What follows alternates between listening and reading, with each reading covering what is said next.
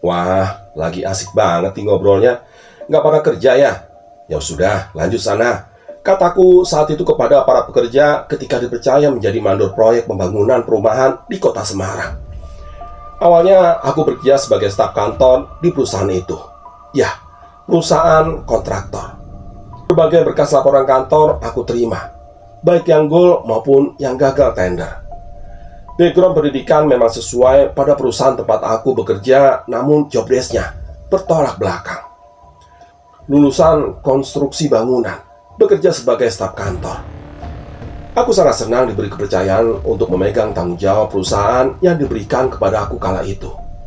Bagaimana perusahaan memilih pekerja aku dan tidak memahami caranya, karena yang kulihat pekerjaannya selalu banyak bersantai dan memutuskan untuk mengambil sikap tegas. Bukan apa-apa, proyek yang sudah memakan waktu lama dan sesuai rancangan seharusnya sudah 30% berjalan, tapi ini masih dalam tahap pengerukan, ditambah beberapa pekerja mengundurkan diri tanpa alasan yang jelas. Baru saja aku tunggu kopi yang kupesan di kedai sebelah proyek. Ada satu pekerja yang mengundurkan diri dengan alasan yang tidak jelas juga. Bagaimana dengan reputasiku dan pelaporanku kepada perusahaan nantinya? Aku takut catatanku sebagai mandor proyek beberapa hari ini menjadi buruk. Tak sempat menanyakan alasan pekerja untuk mengundurkan diri. Ia sudah beranjak pergi. Tak apalah, nanti aku cari lagi, kataku dalam hati. Waktu beranjak dan malam pun tiba. Aku dan para pekerja kembali ke mes yang tidak jauh dibangun di lokasi proyek. Karena kebetulan lokasi proyek di dataran tinggi, aku mencoba untuk melepas penat dengan menikmati udara malam yang dingin dan terasa segar. Tidak lupa dengan sebatang rokok. Sesekali kuajak ngobrol penjual kopi untuk memecah sunyi. Suatu keindahan malam dengan seruputan segelas kopi dan pemandangan city light sejenak menenangkan pikiran yang terus tawuran dengan pertanyaan-pertanyaan. Mengapa para pekerja mengundurkan diri tanpa alasan yang jelas? Kenapa sebenarnya mereka? Apa yang sedang terjadi? Dengan mengimajinasikan desain perumahan yang kubawa nampaknya akan menjadi perumahan yang elit dan mewah nantinya. Setelah dirasa cukup tenang, dan memang waktu itu sudah menunjukkan pukul 11 malam. Sesampainya di mes, tiba-tiba, "Permisi," terdengar suara dari luar mes. Nah, siapa ya?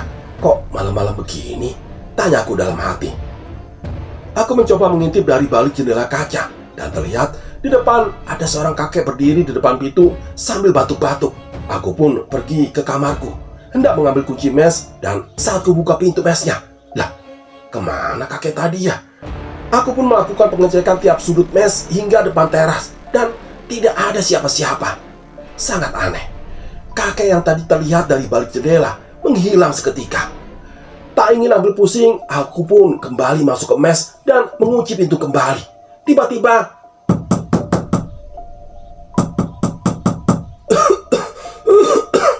"Permisi." Suara itu terdengar kembali. Aku pun mencoba untuk memberanikan diri, membuka pintu itu lagi, dan sosok kakek itu tidak ada di depan pintu. Perasaan mulai kalut dan bulu kudu tiba-tiba merinding seketika. Aku masuk ke kamar yang khusus disediakan untukku. Saat memasuki kamarku, betapa terkejutnya aku. Di ranjang terbaring seorang kakek dengan pakaian pangsi warna hitam. Aku tidak bisa melihat wajahnya karena tertutup bantal. Itu kakek yang di depan tadi. Gumamku dalam hati dengan panik. Kakek itu beranjak berdiri dari ranjang tempat tidurku dan mencoba menghampiriku. Dan sesuatu terlihat aneh dengan cara berjalannya yang mengambang tak menapak tanah. Dengan tubuhku yang kaku, aku bisa melihat dengan jelas wajah si kakek itu, dan wajahnya hancur penuh darah. Kepalanya pecah seperti korban yang meninggal tertimpa benda berat. Aku pun teriak sekencang-kencangnya, namun anehnya tak ada satupun pekerja yang terbangun. Aku panik dan seketika berlari menuju mobil yang kuparkirkan di depan mes. Entah kemana saat itu aku tuju. Aku tidak peduli. Aku langsung menginjak pedal gas sekencang-kencangnya. Namun laju mobil seketika kuntika ketika di depan ada segerombolan orang-orang, kira-kira berjumlah 8, yang berjalan membelakangiku, kira-kira berjarak 50 meter dari mobilku. Gerombolan itu pakaiannya hampir sama dengan yang dikenakan si kakek tadi. Aku membunyikan klakson dan pelan-pelan menjalankan mobilku kembali. Mereka seperti tidak mempedulikan mobil yang ada di belakangnya dan masih terus berjalan pelan. Tapi di saat yang sama, aku melihat dua orang wanita menari-nari dengan pakaian adat tradisional. Tak bisa aku melihat muka mereka karena berjalan dengan menunduk. Seakan memberi jalan kepada aku, mereka menepi ke kanan dan ke kiri. Saat aku melewati mereka, betapa terkejutnya aku ketika mereka menengok. Astagfirullahaladzim. Aku seakan tidak percaya dengan apa yang aku lihat saat itu. Segerombolan manusia tanpa muka, dengan luka sayat di sekujur tubuhnya. Ya, luka mereka rata, namun penuh dengan darah. 6 lelaki membawa alat musik tradisional dan 2 wanita berpakaian tradisional menari-nari seperti pertunjukan sintren. Aku pun panik seketika dan segera ku tancap gas kembali, entah dengan kecepatan berapa saat itu. Memang benar, dengan keadaan panik, skill dadakan pasti akan muncul. Di-liku jalanan pegunungan yang bergelombang terasa lurus seperti jalan tol Cipali. Hingga pada sebuah tikungan tajam, aku dikejutkan dengan sorot lampu pada arah berlawanan dan laju mobil kupelankan. Dan tiba-tiba aku menabrak sesuatu yang aku pun tidak mengetahui apa yang ada di depanku. Benturan kepala dengan setir cukup keras membuat luka berdarah di kepalaku. Dan karena tidak sanggup lagi menahan sakit dan panik, aku pun pingsan di dalam mobil. Entah apa yang terjadi padaku. Keesokan harinya, aku ditemukan oleh warga sekitar dan anehnya, mobilku tepat berada di tengah-tengah pemakaman dan menabrak pohon yang besar di tengah-tengah pemakaman itu. Bagaimana bisa mobil yang semalam kukendarai dengan kencang tiba-tiba berada di tengah kuburan tanpa jejak roda sedikit pun? Dan makam-makam sekitar masih tertata dengan rapi. Setelah cukup tenang, aku pun menceritakan kejadian yang aku alami beberapa hari sebelumnya kepada warga sekitar. Dan benar saja, lahan proyek yang aku garap itu adalah pemakaman keramat yang paling ditakuti oleh warga.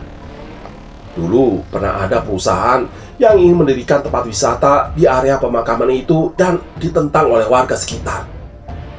Karena ada salah satu makam yang sangat dikeramatkan. Dan untuk melakukan penggusuran itu harus izin dengan juru kunci yang bernama Mbah Romo. Sudah beberapa perusahaan ditolak oleh Mbah Romo. Namun peristiwa naas itu menimpa Mbah Romo. Ia dibunuh oleh salah seorang suruhan perusahaan yang ingin menguasai makam tersebut untuk dijadikan area perjudian dan prostitusi. Gangguan-gangguan pun muncul saat mulai pengurukan makam keramat itu. Bahkan beberapa pekerja pernah dikabarkan meninggal di lokasi pengurukan. Beberapa pekerja juga sering melihat penampakan yang mengerikan. Akhirnya, proyek tersebut tidak dilanjutkan. Mendengar penjelasan itu, aku jadi sangat yakin. Alasan para pekerja mengundurkan diri, dan hari itu juga aku kemudian mengundurkan diri dari jabatan yang aku pegang dan lebih memilih menjadi staf biasa. Akhirnya, perusahaan tempat aku bekerja pun membatalkan pembangunan perumahannya dan memilih lokasi lain yang sekiranya aman untuk dibangun dan alhamdulillah lancar. Ya, demikian Suara Misteri kali ini. Sampai ketemu lagi di Suara Misteri berikutnya. Terima kasih. Assalamualaikum warahmatullahi wabarakatuh.